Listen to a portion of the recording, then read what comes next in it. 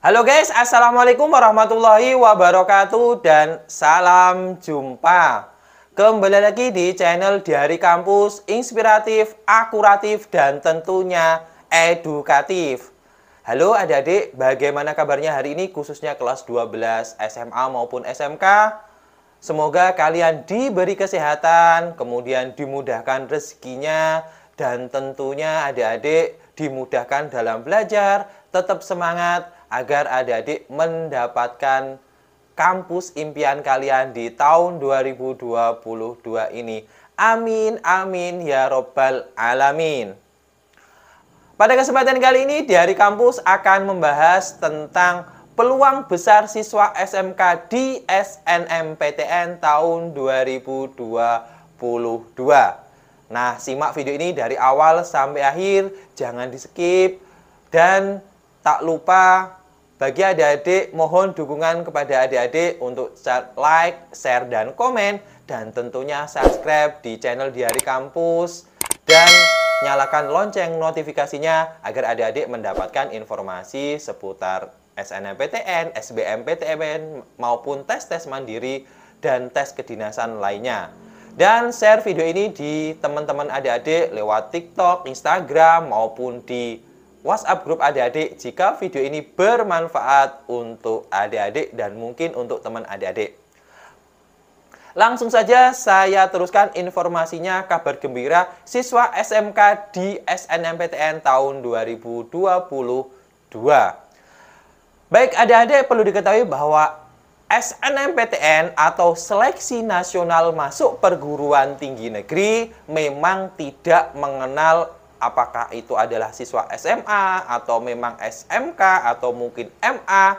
Hanya saja memang ada beberapa persyaratan yang sedikit berbeda antara siswa SMA dan SMK. Karena memang kedua bentuk sekolah ini adalah berbeda dari segi sistem pendidikannya. Jadi bagi adik-adik yang kelas SMA, SMK khususnya simak video ini dari awal sampai akhir.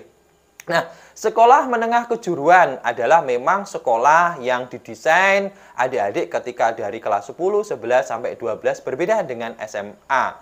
Yaitu mungkin ada prakerin, kemudian ada banyak materi-materi yang 75% adalah praktek. Sehingga memang siswa SMK yang dinilai adalah hanya 4 kategori mata pelajaran. Yaitu ada bahasa Indonesia, bahasa Inggris, matematika, dan mata pelajaran kejuruan adik-adik. Jadi, kalau misalnya dibandingkan dengan SMA, memang bisa 6 mata pelajaran yang dinilai. Tetapi ini sistem penilaiannya LTMPT punya penilaian tersendiri bagi SMK. Jadi adik-adik tidak perlu khawatir. Bahkan juga bisa adik-adik mendaftar KIP kuliah sama juga peluangnya sama dengan anak-anak SMK. Nah, hanya saja memang banyak siswa SMK ternyata kita survei ada yang pertama adalah minder, yang kedua mereka kurang informasi. Memang notabene banyak siswa atau lingkungan adik-adik yang khususnya sekolah SMK memang kebanyakan setelah lulus biasanya bekerja. Setelah lulus mereka mindsetnya adalah bekerja, mungkin baru kuliah. Seperti itu, memang berbeda sekali daripada anak-anak SMA. Karena memang SMK sudah dibekali oleh keterampilan masing-masing jurusan adik-adik. Tetapi bagi adik-adik yang mungkin kurang puas dengan pendidikan yang didapat di SMK dan ingin melanjutkan di perguruan tinggi khususnya perguruan tinggi negeri, ada beberapa catatan untuk adik-adik bisa diterima di SNMPTN. Yang pertama adalah perlu diperhatikan adik-adik bahwa siswa SMK tidak semuanya bisa memilih jurusan yang adik-adik inginkan. Nah, ini menarik. Kak, kenapa kok tidak bisa semuanya? Ya memang aturan dari LTMPT seperti itu dikarenakan adik-adik adalah siswa yang terdaftar SMK memang punya beberapa kompetensi mandiri dari kelas 10 sampai kelas 12. Nah, jadi misalnya adik-adik memilih jurusan nih, taruhlah adik-adik adalah jurusan akuntansi, kemudian memilih jurusan kedokteran gigi atau kedokteran umum, maka adik-adik murni di SNMPTN tidak bisa memilih. Jadi bukan diseleksi lagi, tapi adik-adik sudah tidak bisa memilih. Dan adik-adik ketika nanti melihat di portal ltmpt.ac.id dan ketika adik-adik eligible dan bisa melakukan proses pendaftaran SNMPTN, maka adik-adik otomatis ketika memasukkan nama adik-adik yang di situ ada sinkronisasi NISN atau nomor induk siswa nasional yang pastinya adik-adik terdaftar sebagai siswa SMK, maka ketika misalnya adik-adik memilih jurusan kedokteran, maka ketika adik-adik jurusannya tadi akuntansi, maka otomatis akan tidak bisa diklik.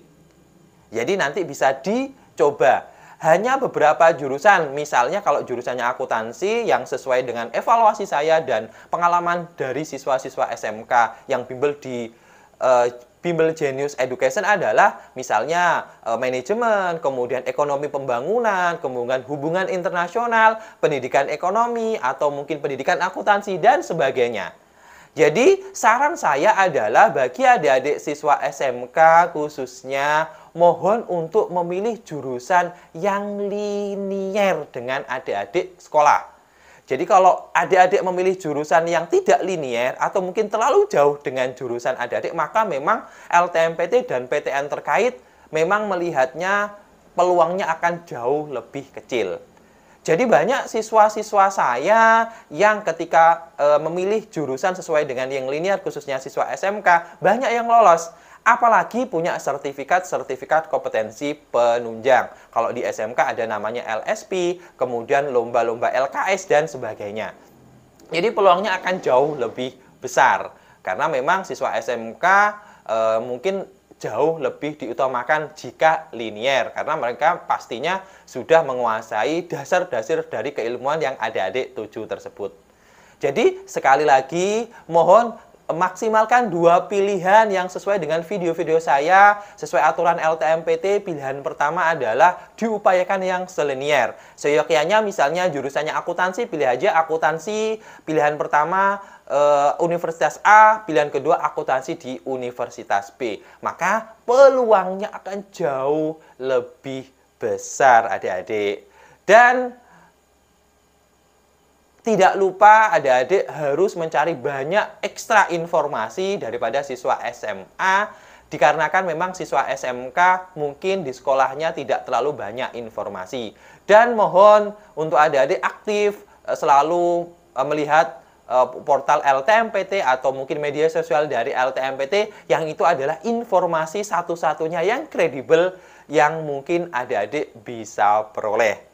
Nah, itu saja yang perlu saya sampaikan di video kali ini, dan tetap semangat, tetap belajar untuk siswa SMK, tetap semangat, tidak boleh minder, karena kalian punya kesempatan yang sama daripada siswa SMA maupun SMK. Oke, dari saya, wassalamualaikum warahmatullahi wabarakatuh, dan salam jumpa.